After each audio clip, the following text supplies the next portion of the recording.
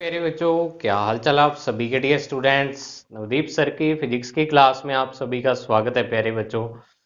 तो अपने चल रहा था फिजिक्स का चैप्टर नंबर 7 और आज अपने पार्ट नंबर 7 उसका डिस्कस करने जा रहे हैं इंग्लिश मीडियम के लिए। तो बच्चों इसमें अपने क्या है कि जो प्रीवियस वीडियो थी उसमें अपने एक टॉपिक कंप्लीट कर लिया था और काफ़ी बड़ा डेरिवेशन था। मैग्नेटिक फील्ड आपको निकालना था एक वायर के कारण, ठीक है।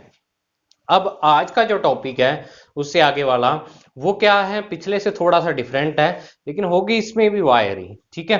तो आज का जो अपना मेन टॉपिक है वो तो है magnetic field due to current carrying circular coil. Coil के कारण अपने को क्या निकालना है, सर्कुलर कॉइल है उसके कारण मैग्नेटिक फील्ड। तो इसमें भी दो पार्ट बनेंगे, एक पार्ट अपने आज करेंगे और एक पार्ट अपने नेक्स्ट वीडियो में करेंगे, ठीक है। तो अब सबसे पहला जो आपके दिमाग में क्वेश्चन आ रहा होगा वो ये कि सर कॉइल क्या होती है, ठीक है। तो कॉइल के बारे में समझ लो कि अगर अपने क्या करें, एक सीधी अपने पास वायर है, लॉन्ग स्ट्रेट वायर है, उस वायर को या तो इस फॉर्म में अपने कन्वर्ट कर दें, ठीक है, कि एक सर्कल की फॉर्म में इसके दोनों आप एंड्स को क्या करो, मिला दो और क्या करो, एक सर्कल बना दो, तो इसको भी कॉइल बोल देंगे। और अगर आप क्या करो कि जैसे मान लो आपके पास पेन है, ठीक है, ये वायर कोई सी भी हो सकती है, आप अपने घरों में जो बेसिक बिजली फिटिंग करते हैं ना, फिटिंग वाली जो तार होती है वो भी ले सकते हो, तो वो भी वायर क्या है, उसको आप कॉइल बना सकते हो। उसको आप क्या करो, एक वायर लेके और उसको आप एक पेन ले लो, आपका पेन पर ऐसे लपेट दो, ठीक है, लपेट के और पेन को बाहर खींच लो तो वो स्प्रिंग टाइप इस टाइप से बन जाएगा। इसको भी अपने क्या कहेंगे, कॉइल कहेंगे बच्चों, ठीक है।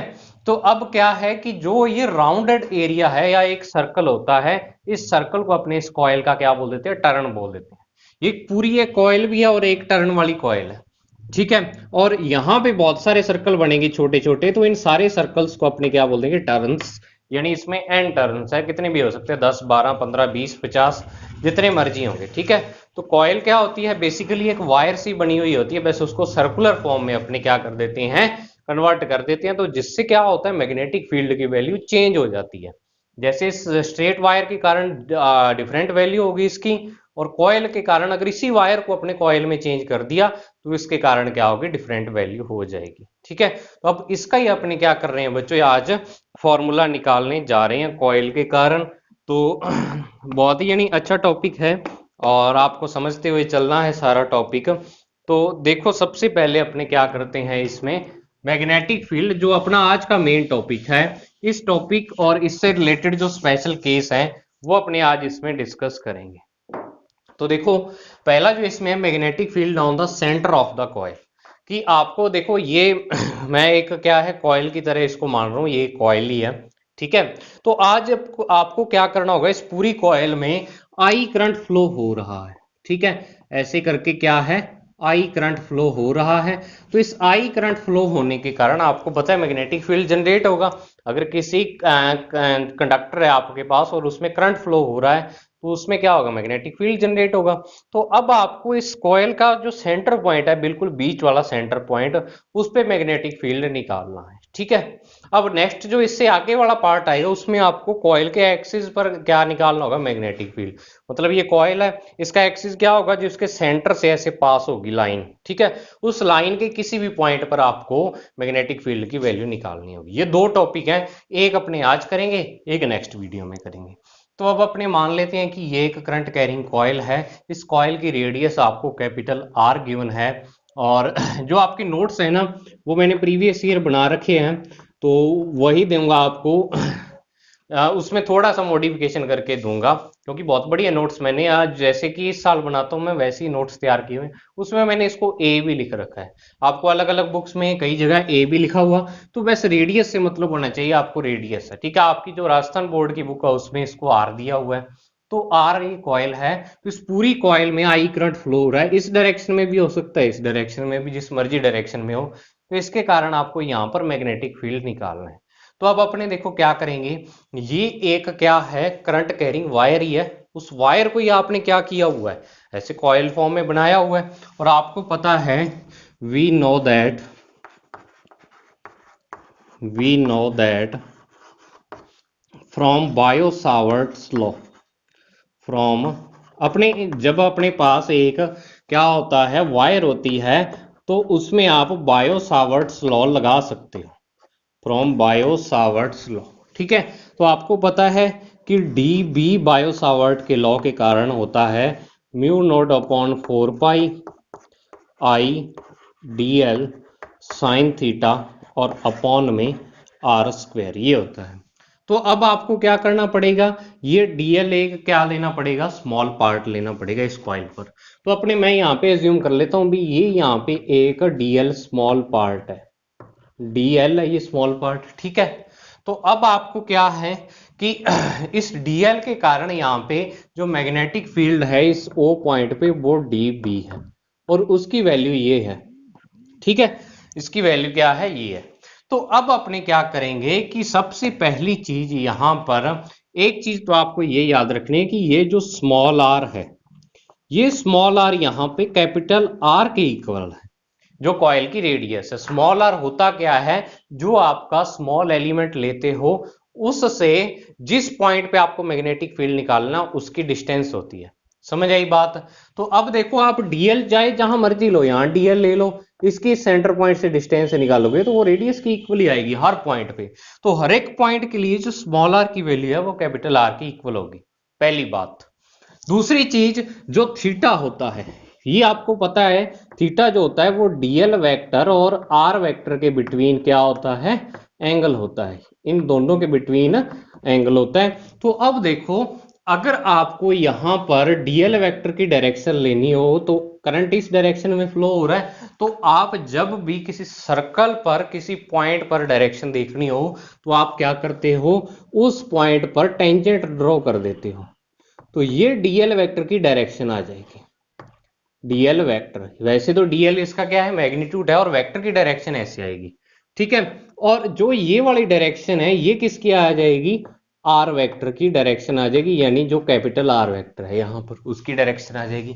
तो अब अगर इन दोनों के बिटवीन एंगल देखूं तो ये एक सर्कल की टेंजेंट है और ये रेडियस है, और आपको पता है सर्कल के लिए टेंजेंट और उसकी रेडियस हर एक पॉइंट पे क्या होते हैं, एक दूसरे के perpendicular.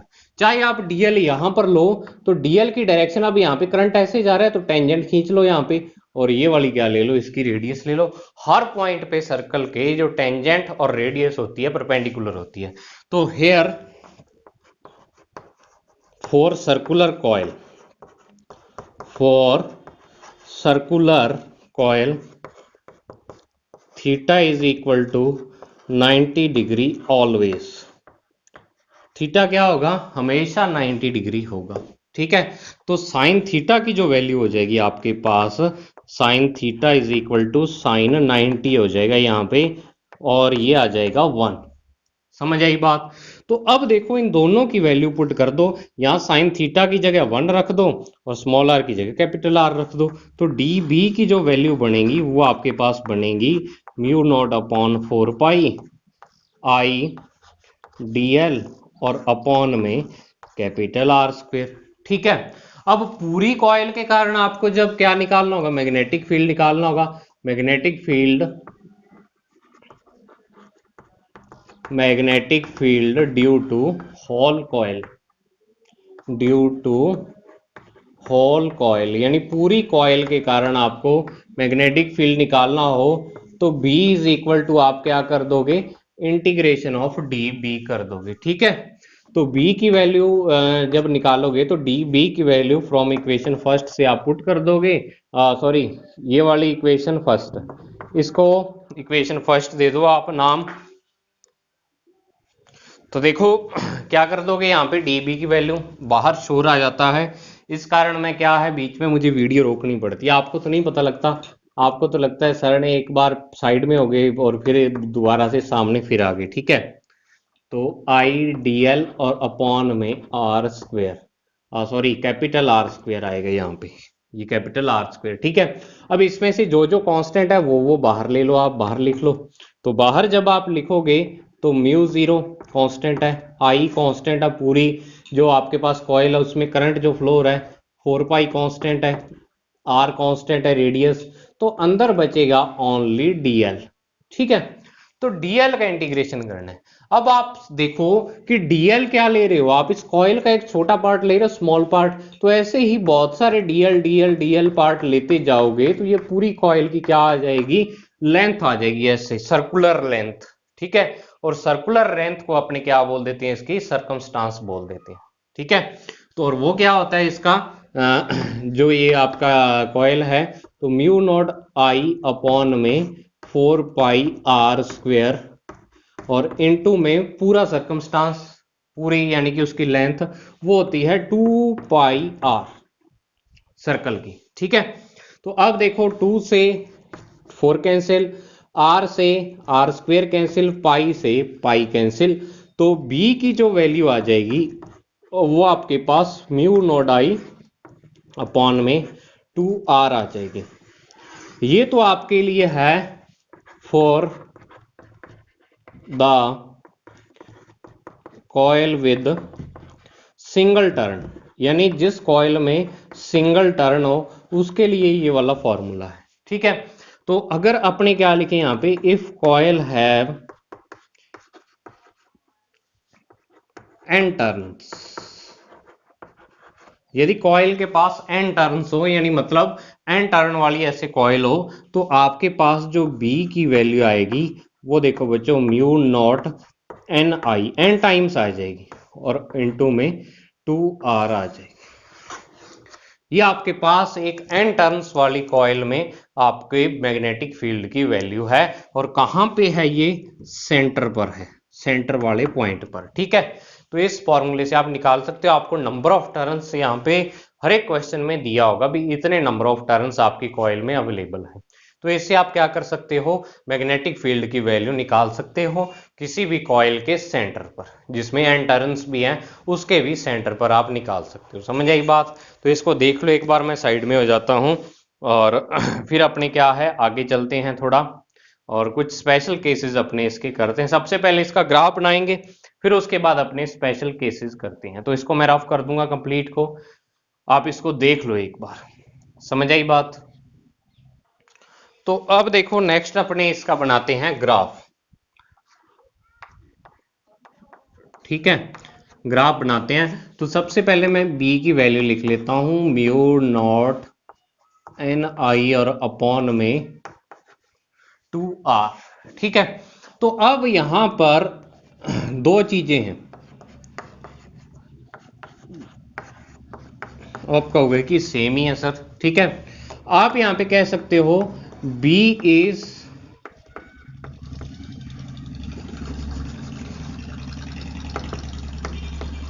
Inversely proportional to r, proportional to r, ठीक है। और यहां पे आप इसको कह सकते हो b is directly proportional to 1/r। अब इन दोनों में फर्क क्या है, देखने में एक जैसे लग रहे हैं, देखो वैसे कोई डिफरेंस नहीं है इसमें, दोनों का मीनिंग एक ही निकलता है, लेकिन ग्राफ में डिफरेंस आ जाता है।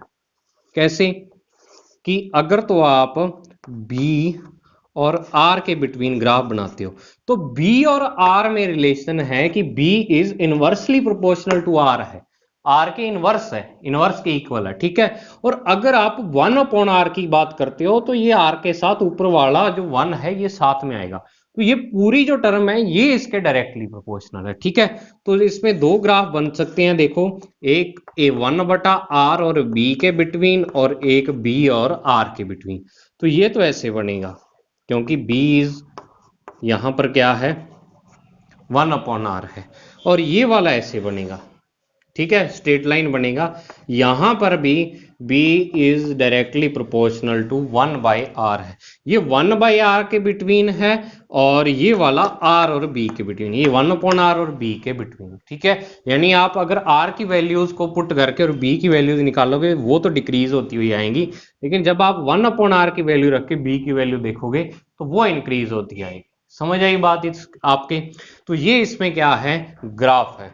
अब इसके करते हैं अपने कुछ स्पेशल केसेस, ठीक है, स्पेशल केसेस। तो आपकी बुक में देखो स्पेशल केसेस नहीं दिए, उन्होंने मिक्स चर्चा दे दिया है, मैंने उसको 3 पार्ट में डिवाइड कर लिया है, ठीक है ना। तो उसको सिंपली समझते हैं अपने। मैग्नेटिक फील्ड, पहला जो पॉइंट अब वो ये है, magnetic field due to half part of coil, यानी जो आपके पास कॉइल है उसके हाफ पार्ट के कारण आपको क्या करना है, मैग्नेटिक फील्ड निकालना है।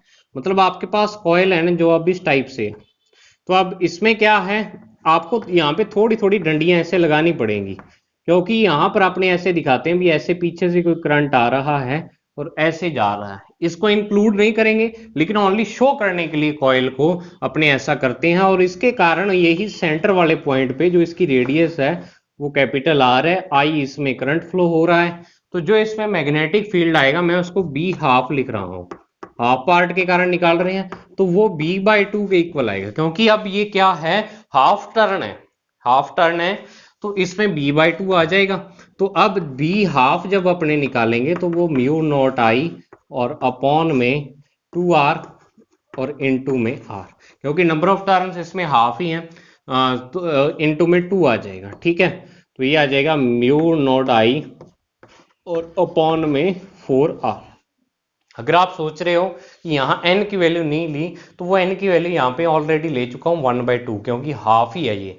ठीक है, अब दूसरा जो पार्ट है वो अपने निकाल सकते हैं, magnetic field due to 1/4 part of coil, यानी कि कॉइल के 1/4 पार्ट के कारण आपको मैग्नेटिक फील्ड निकालना है। तो वही b1/4 is equal to b/4।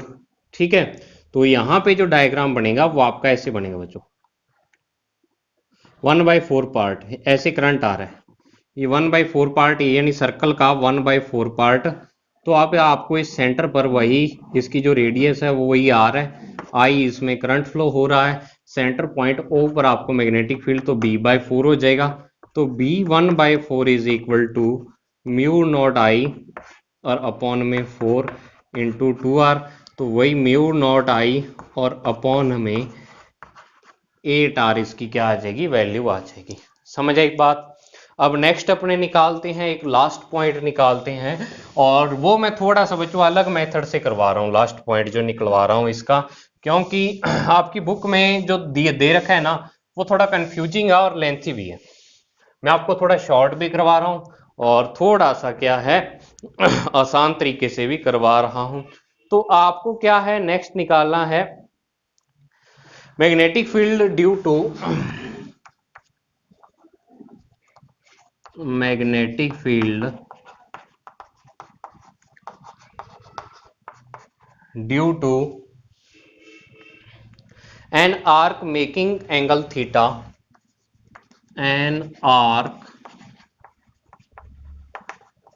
Making angle theta with the centre, यानी कि आपको एक आर्क के कारण, यानी आप जैसे यहाँ पे तो 1/हाफ पार्ट था, 1/4 था, अब आपको एक छोटा सा पार्ट दे दें कोई भी कॉइल का, इसमें ये वाला करंट फ्लो हो रहा है, अब यहाँ पे ऐसे दिखा देंगे अपने डंडे से, जैसे मर्जी दिखा दो, इसका मतलब ये है कि करंट पीछे से आ रहा है और आगे जा रहा है, और ये एक कॉइल है, ये इस कॉइल का सेंटर है, कॉइल का कोई पार्ट है अपने को नहीं पता, 1/4 है, 1/2 है, इसका 3/4 है, 2/5 है, जितना भी है। ठीक है, और ये वाला पार्ट आपको कह रखा है कि जो इसके एंड्स हैं वो सेंटर पर थीटा एंगल बना रहे हैं।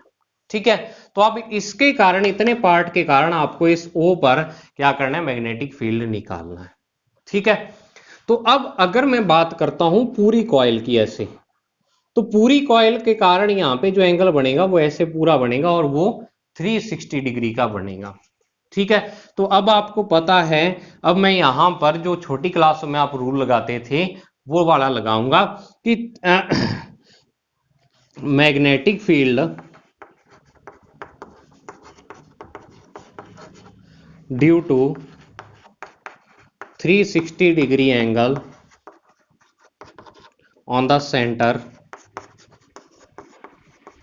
जो मैग्नेटिक फील्ड की वैल्यू है 360 डिग्री एंगल के कारण कितनी है, b है, 1 डिग्री एंगल के कारण कितनी हो जाएगी, b अपॉन में 360, और थीटा डिग्री एंगल के कारण कितनी हो जाएगी, b अपॉन में 360 और इनटू में क्या आ जाएगा, थीटा। तो देखो बच्चों आपके पास जो आएगा म्यू नॉट आई और अपॉन में 2r और यहाँ पे थीटा अपॉन 360, ये भी डिग्री में और ये भी डिग्री में होगा। ठीक है, ये फॉर्मूला तो आपका डिग्री के लिए है, अगर आपको एंगल डिग्री में गिवन हो। और अगर आपको एंगल रेडियन में गिवन हो, किसमें, रेडियन में गिवन हो, तो यही बी का जो फॉर्मूला है वो बनेगा म्यू नॉट आई और अपॉन में 2r और अपॉन में थीटा अपॉन में 2 पाई, क्योंकि ये भी रेडियन में होता है और ये भी रेडियन में होता है, 2 पाई रेडियन। यानी थीटा की वैल्यू अगर आपको पाई की फॉर्म में पाई/3, पाई/4, पाई/6 इस टाइप से दी हो तो ये वाला फॉर्मूला लगा दो, और डिग्री में गिवन हो तो ये वाला फॉर्मूला लगा दो। तो ये आपके पास क्या है, कॉइल के कारण उसके सेंटर पर क्या है, मैग्नेटिक फील्ड निकालने हैं, और कॉइल में जो आपके करंट आई फ्लो हो रहा है। ठीक है, तो ये आपका आज का पार्ट था, इसका स्क्रीनशॉट ले लिया होगा आपने। तो बिल्कुल इसी तरीके से अपने नेक्स्ट पार्ट करेंगे, और वो इससे थोड़ा सा हार्ड। आज वाला पार्ट बिल्कुल सिंपल है। वैसे इसमें स्टार्टिंग में आपको एक तो याद रखना है कि जो जो आपके सर्कुलर कॉइल है उसकी क्या है, जो आप एलिमेंट लोगे उस एलिमेंट पर टेंजेंट ड्रॉ करके डायरेक्शन निकालनी है, और जो टेंजेंट है और जो आपकी रेडियस है सर्कल की टेंजेंट और रेडियस एक दूसरे के परपेंडिकुलर होते हैं, और एक small r is equal to capital R के इक्वल, और जो इंटीग्रेशन करते हैं अपने dl का वो 2 पाई r के इक्वल। बस 3 चीजें आप याद रख लो, ये सारा फॉर्मूला हो जाएगा बच्चों। ठीक है, तो ये आपके पास थी आज की वीडियो, तो इसको अच्छे से पढ़ना, रफ कॉपी में करके देखना। मिलते हैं नेक्स्ट वीडियो में बच्चों, तब तक के लिए thank you, have a nice day dear students.